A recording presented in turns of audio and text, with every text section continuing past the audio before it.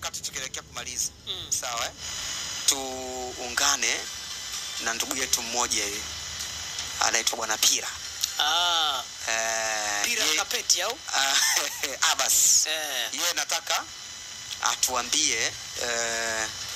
atuambie yeye ameutazama vipi mchezo.